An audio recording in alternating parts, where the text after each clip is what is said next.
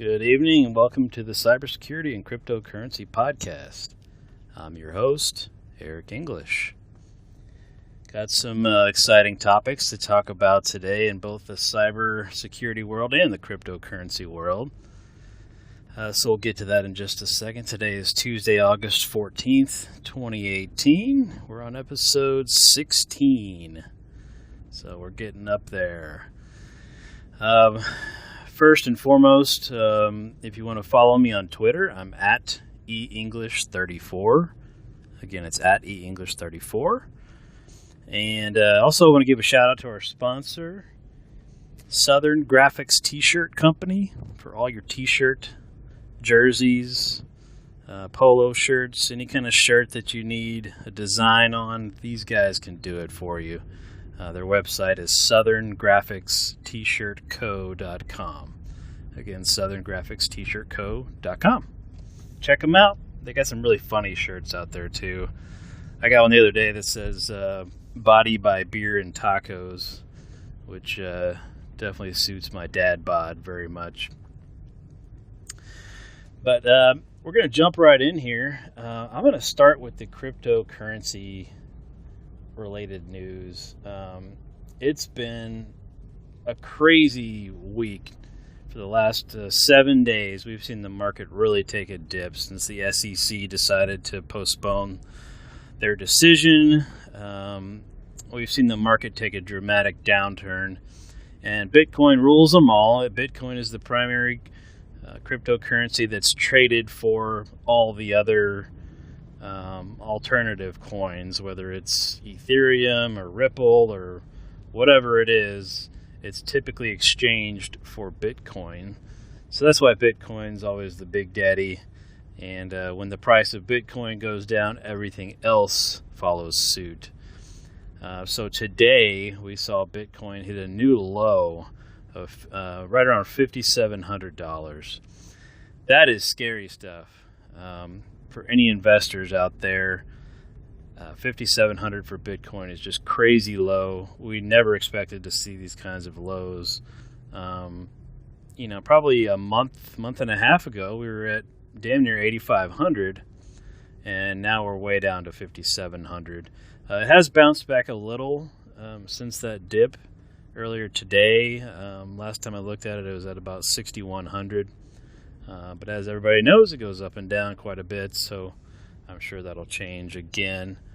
But our market's just going nuts right now. So I'll post a link to that article about Bitcoin and why they think the price hit that all-time low for this year. Pretty interesting stuff. They're saying that it's going to hold and probably won't go much lower than 5,600, but you never really know what's going to happen with these. I saw some other cool news, cryptocurrency news. There's a fantasy football blockchain startup. They're going to do an ICO, and they're looking for $100 million in funding to start blockchain-based fantasy football. I thought that'd be kind of interesting. I'm wondering what currencies they're going to use on their platform, but this has been coming. You're going to see this with gambling as well. I'm actually surprised there's not already, and there may already be, and I'm just not aware, but casinos doing their own kind of blockchain trading. Gambling recently became legal, sports gambling that is, so we're going to see an uptick in that as well. That's why this fantasy football ICO is such a big one, because everybody's doing fantasy football, and mix that with blockchain. The reason you want to use blockchain in that kind of scenario is that you'll know that the other person that you're betting with has put in their money for sure. There's no doubt that they've given up their money. It's in the system, and you know it. You're not going to get shysted or anything crazy like that. So that's why they're getting to this model with blockchain. And I think you're going to see that with a lot of gambling systems as well as casinos moving forward. So definitely be on the lookout for that kind of stuff. I think it's going to do nothing but help all those businesses. Last thing in cryptocurrency news, there was an ICO, a fake ICO that happened a while back, and I believe we reported on that. It's been a couple of weeks now since I reported on that, but the founder of that cryptocurrency company got fined $30,000 by the SEC. Now, hold on a second. $30,000, that's it? I mean, so this guy made off with millions of dollars, and he only has to pay back $30,000. I don't quite understand that. My understanding is that his ICO made quite a bit of money, and all he's got to do is pay back $30,000. That's it's not much of a punishment, if you ask me, but I guess I'm not the SEC, nor do I want to be. But you would think that they would have fined him something in the millions of dollars, not $30,000.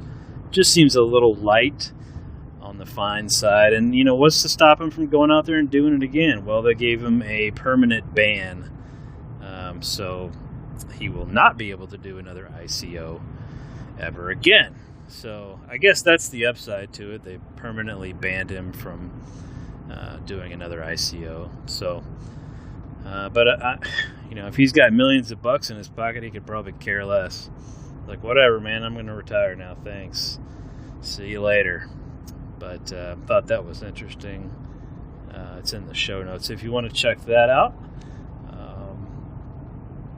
Other stuff in crypto news, there was nothing really crazy going on. Ethereum's at an all-time low as well. It was at $230 today. So it's really, really taking a big hit. Everything's taken a big hit since Bitcoin went down. But keep the faith. It'll get back up there eventually.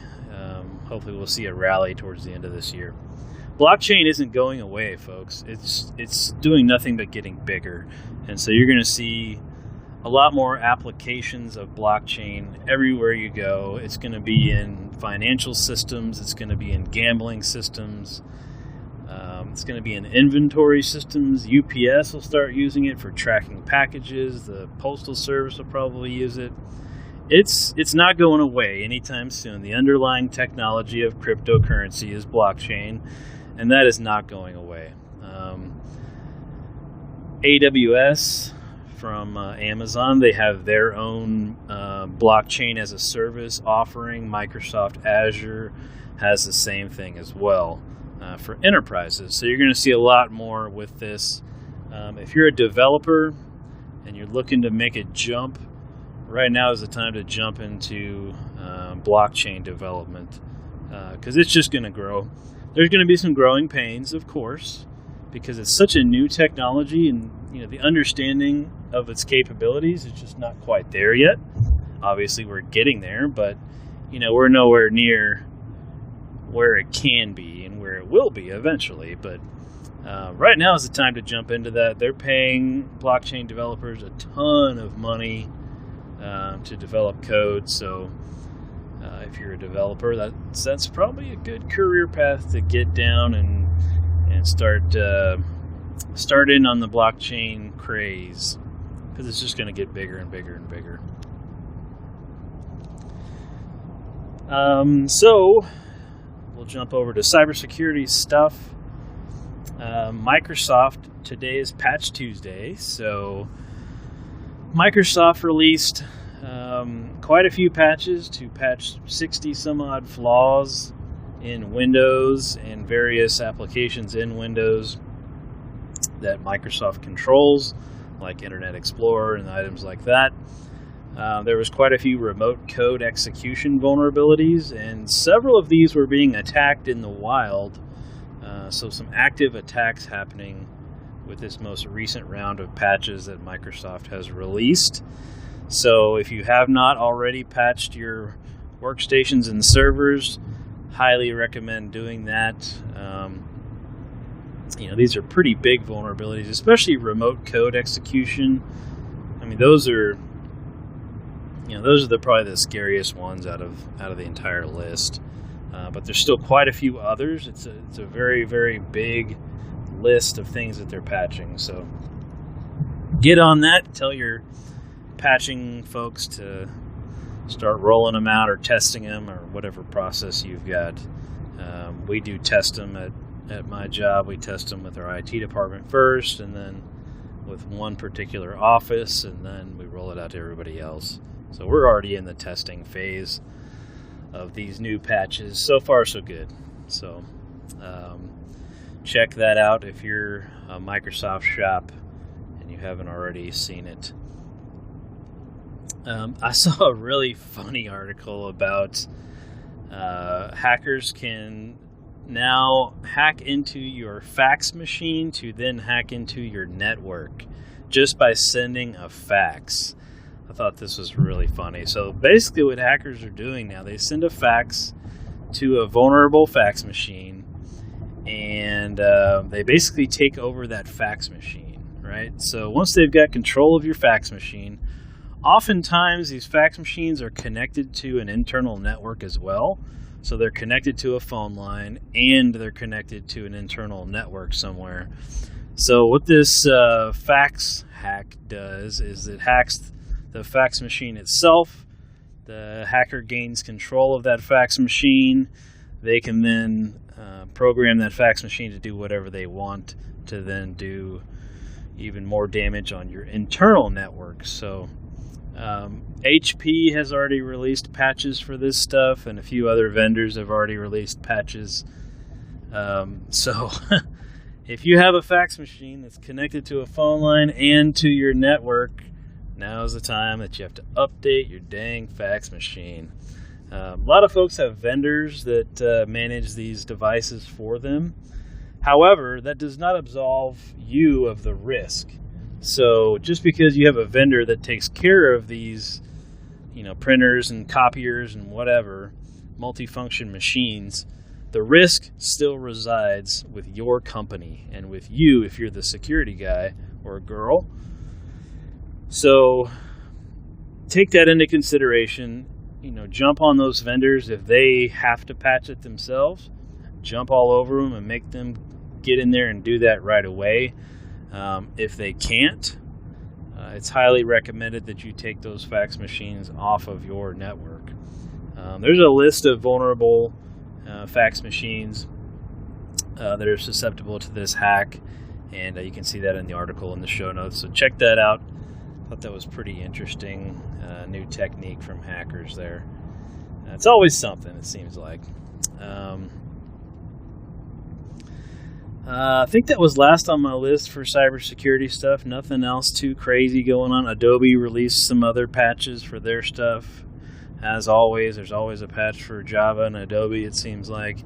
But they did have some critical vulnerabilities too. But the Microsoft ones look like they were actively being attacked. So those are much more critical at this juncture, at least, than the Adobe ones. But get on your patching, folks, if you haven't already, and start getting that going. But that's all we got for today. I want to thank our sponsor again, Southern Graphics T-Shirt Company. Their website is southerngraphicstshirtco.com. Go check them out, and you can follow me on Twitter. I am at eEnglish34. Again, it's at eEnglish34. Thanks for listening.